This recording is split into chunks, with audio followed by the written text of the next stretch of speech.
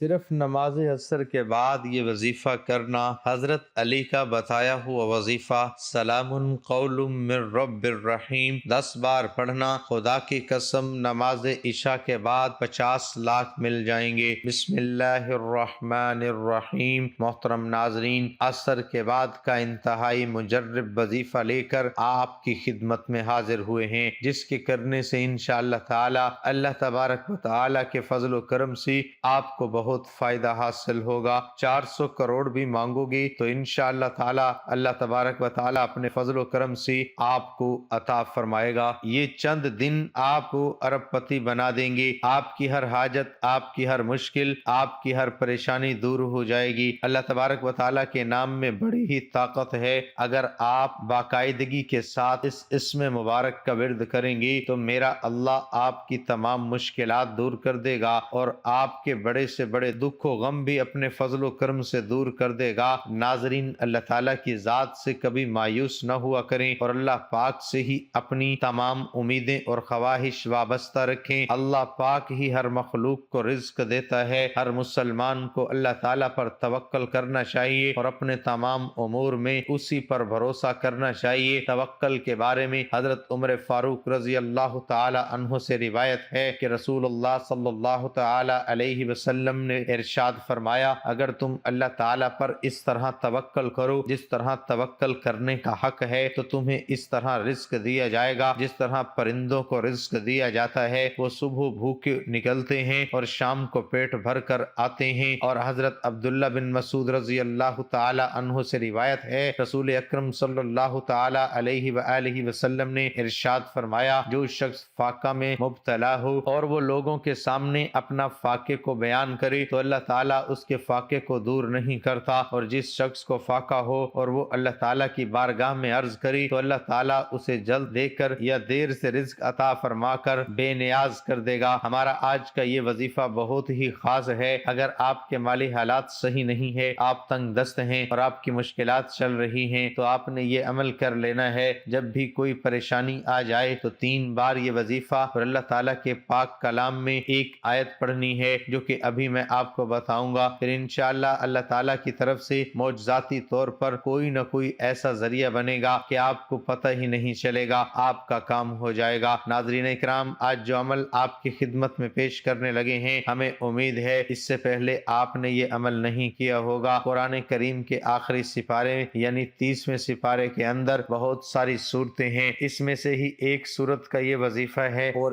ایک آیت کا وظیفہ ہے۔ یہ عمل کثرت رزق کے لیے ایک غیبی مدد کا عمل ہے۔ عمل دولت کے لیے ایسے ہی ہے جیسے تیزی کے ساتھ آسمان سے بارش کے قطرے گرتے ہیں، پھر انشاءاللہ تعالی اس تیزی کے ساتھ آپ کے گھر میں بھی رزق بے شمار آئے گا۔ آپ یہ عمل صرف ایک مرتبہ کر لیں، اس عمل کی تاثیر اور اثر آپ کو ساری زندگی ملتا رہے گا، لیکن اگر ہر روز کریں گے تو زیادہ بہتر رہے گا۔ اس عمل کو آپ نے نماز عصر کے بعد اسی جگہ پہ بیٹھ کر پڑھنا ہے۔ یہ بات ذہن میں رکھیں کہ آج کا یہ عمل بڑا ہی قیمتی عمل ہے اور اس کی کوئی زیادہ شرائط بھی نہیں ہیں، بلکہ شرائط بھی ایسی ہیں کہ ہر کوئی بآسانی اس کو کر سکتا ہے۔ مرد بھی کر سکتے ہیں اور خواتین بھی آرام سے کر سکتی ہیں، اور گھر کے اندر موجود کسی ایک شخص نے بھی اس عمل کو مکمل کر لیا تو انشاءاللہ اس عمل کی تاثیر تمام گھر والوں کو ملے گی۔ اس عمل کی طاقت ہر گھر والوں پر اثر انداز ہوگی۔ اگر کوئی بھائی کاروبار کرتا ہے یا پھر کوئی نوکری کرتا ہے یا بے روزگار ہے اور کوئی باعزت روزگار کی تلاش میں ہے، انشاءاللہ اس عمل کو کرنے سے اس کے رزق میں اللہ تعالیٰ اپنے فضل و کرم سے برکت و وسعت پیدا فرما دے گا اور اس کا رزق کشادہ کر دے گا۔ اللہ تبارک و تعالیٰ کی طرف سے انشاءاللہ تعالیٰ رحمتوں، برکتوں اور رزق کی کشادگی کے تمام دروازے اس بندے کے لیے کھول دیے جائیں گے۔ لیکن اس عمل کو پڑھنے کے دوران آپ نے چند باتوں کی احتیاط کرنی ہے۔ جس نے بھی یہ پابندی کے ساتھ عمل کو مکمل کر لیا تو انشاءاللہ تعالیٰ آپ کی زندگی سنور جائے گی، کیونکہ آپ کو پتہ ہے کہ نماز بھی پڑھنی ہو تو پہلے اچھی طرح سے کامل وضو کرنا پڑتا ہے۔ اگر وضو ٹھیک طرح سے نہیں ہوا تو پھر نماز بھی نہیں ہوتی، کیونکہ یہ نماز کی لازمی شرط ہے۔ اس طرح کچھ عمل اور وظائف بھی ایسے ہوتے ہیں، اگر ان کی شرائط پر مکمل عمل نہ کیا جائے تو وہ عمل یا وظائف بھی اس قدر اثر نہیں دکھاتے جس طرح سے ہم آپ کو بتاتے ہیں۔ اس لیے احتیاط یاد کیا کریں۔ اگر آپ ان شرائط پر یا ان باتوں پر پابندی سے مکمل عمل کریں گے تو انشاءاللہ تعالیٰ پھر آپ دیکھیں گے کہ آپ کی زندگی میں کس طرح خوشیوں کی بہاریں آتی ہیں اور دیکھتے ہی دیکھتے تنگ دستی ختم ہو جائے گی۔ ان شرائط میں سے سب سے اہم اور پہلی شرط یہ ہے کہ حلال رزق طلب کرنا ہے، حرام سے بچنا ہے، کیونکہ شریعت اسلام نے کسب حلال یعنی حلال اور پاکیزہ روزی کمانے کو عبادت میں شمار کیا ہے اور اس کے بے شمار فضائل بتائے ہیں۔ قرآن مجید میں ایک جگہ اللہ تعالیٰ انسانوں پر اپنا احسان جتاتے ہوئے ارشاد فرماتے ہیں سورۃ انبیاء میں، ہم نے دن کمائی کرنے کے لیے بنایا، اور دوسری جگہ ارشاد فرماتے ہیں ہم نے زمین میں تم کو جگہ دی اور اس میں تمہارے لیے روزیاں مقرر کر دیں، تم بہت کم شکر ادا کرتے ہو۔ ایک دوسری جگہ اللہ تعالیٰ ارشاد فرماتے ہیں پس جب نماز ادا ہو چکے تو زمین میں چلو پھرو اور اللہ کا فضل تلاش کرو اور اللہ کو بہت یاد کرو تاکہ تم فلاح پاؤ۔ سورہ جمعہ کی یہ آیت ہے۔ اس طرح مختلف حدیث میں یہی بات آتی ہے۔ حضرت انس بن مالک رضی اللہ تعالی عنہ سے منقول ہے کہ نبی کریم صلی اللہ علیہ وآلہ وسلم نے ارشاد فرمایا کہ حلال مال کا طلب کرنا ہر مسلمان پر واجب ہے۔ اسی طرح حضرت عبداللہ بن مسعود رضی اللہ تعالی عنہ سے مروی ہے کہ نبی کریم صلی اللہ علیہ وآلہ وسلم نے ارشاد فرمایا حلال مال کا طلب کرنا فرائض کے بعد فرض ہے۔ حضرت ابو سعید خدری رضی اللہ تعالی عنہ حضور اقدس صلی اللہ علیہ وآلہ وسلم سے نقل کرتے ہیں کہ آپ صلی اللہ علیہ وآلہ وسلم نے ارشاد فرمایا کہ جس آدمی نے بھی حلال مال کما کر خود اپنے کھانے اور پینے میں خرچ کیا یا اپنے علاوہ اللہ تعالیٰ کی مخلوق میں سے کسی دوسرے کو کھلایا یا پہنایا تو یہ بھی اس کے لیے صدقہ ہوگا۔ حضرت مقدام بن مادی کرم رضی اللہ تعالی عنہ سے مروی ہے کہ نبی کریم صلی اللہ علیہ وآلہ وسلم نے ارشاد فرمایا اپنے ہاتھ کی کمائی سے بہتر کھانا کسی نے نہیں کھایا، اور اللہ تعالیٰ کے نبی حضرت داؤد علیہ السلام اپنے ہاتھ کی کمائی سے کھاتے تھے۔ اگر آپ حلال رزق کمائیں گے اور کھائیں گے تو اللہ تعالیٰ اپنے فضل و کرم سے آپ کو چند دنوں کے اندر دولت مند بنا دے گا۔ اگر آپ قرض دار ہیں تو کہاں سے اللہ تعالیٰ آپ کے قرضے کی ادائیگی کا انتظام فرماتا ہے آپ کو پتہ بھی نہیں چلے گا انشاءاللہ تعالیٰ، اور کس طرح سے آپ کی حاجتیں پوری ہوتی ہیں، اور پھر آپ کے علاقے امیر ترین شخص بن جائیں گے انشاءاللہ تعالیٰ، اور تمام اہل محلہ آپ کی عزت و تکریم کرے گا۔ مال و دولت آپ کے قدموں میں ہوگی اگر آپ نے اس وظیفے پر اور ان شرائط پر عمل کر لیا۔ آپ دولت حاصل کرنا چاہتے ہیں یا جن گھروں میں کوئی مسئلے مسائل ہیں، آج کے عمل میں سورۃ یاسین کی ایک آیت اور اللہ تعالیٰ کا نام اور 2 آیات آپ نے پڑھنی ہے، لیکن اس کو کس طرح کرنا ہے یہ آپ کو بتاتے ہیں۔ بعد نماز عصر وہیں بیٹھ کر ایسا پڑھا جائے گا قبلے کی جانب آپ نے منہ کر کے ہی بیٹھنا، پھر اس عمل کو پڑھنا ہے۔ عمل کے دوران کسی کے ساتھ کسی بھی قسم کی کوئی بھی بات چیت نہیں کرنی۔ سب سے پہلے آپ نے اعوذ باللہ من الشیطان الرجیم پڑھنا ہے اور ایک مرتبہ ہی بسم اللہ الرحمن الرحیم پڑھ لیں۔ اس کے بعد آپ نے اول و آخر 7 مرتبہ درود ابراہیمی پڑھنا ہے۔ اللہم صلی علی محمد وعلی آل محمد کما صلیت علی ابراہیم وعلی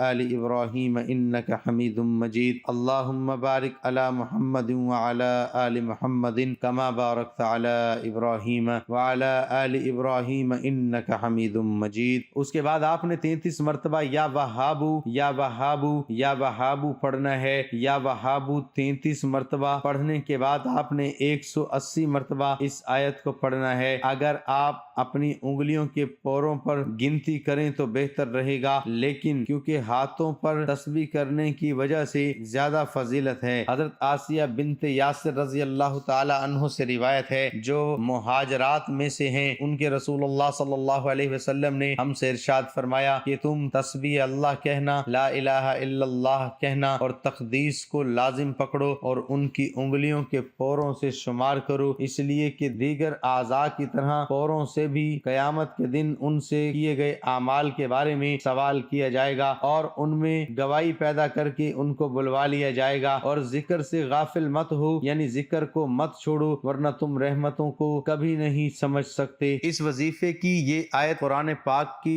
29 سپارے یعنی تبارک الذی میں موجود ہے۔ یہ سورۃ طلاق کی آیت ہے، آیت نمبر 3 آپ کی سکرین پر بھی نظر آ رہی ہے۔ وَيَرْزُقُهُ مِنْ حَيْثُ لَا يَحْتَسِبُ وَمَنْ يَتَوَكَّلْ عَلَى اللہ فہو حسبہ ان اللہ بالغ امرہ قد جعل اللہ لکل شیء قدر، اور اسے رزق دیتا ہے جہاں سے اسے گمان بھی نہ ہو، اور جو اللہ پر بھروسہ کرتا ہے سو وہی اس کو کافی ہے۔ بے شک اللہ اپنا حکم پورا کرنے والا ہے۔ اللہ نے ہر چیز کے لیے ایک پیمائش مقرر کر دی، یرزقہ من حیث لا یحتسب، اور اسے وہاں سے روزی دے گا جہاں اس کا گمان بھی نہ ہو۔ اوپر والی آیت کے آخری حصے میں اللہ تعالیٰ سے ڈرنے والے کو ایک بشارت دی گئی، اور یہاں اسے مزید بشارت دی جا رہی ہے کہ اللہ تعالیٰ اسے وہاں سے روزی دے گا جہاں اس کا گمان بھی نہ ہو، اور جو اللہ تعالیٰ پر بھروسہ کرے اور اپنے تمام امور اسی کے سپرد کر دے تو وہ اسے دونوں جہان میں کافی ہے۔ بے شک اللہ تعالیٰ اپنا کام پورا کرنے والا ہے۔ بے شک اللہ تعالیٰ نے ہر چیز کے لیے ایک اندازہ مقرر کر رکھا ہے، لہٰذا تم توکل کرو یا نہ کرو ملے گا وہی جو مقدر ہے،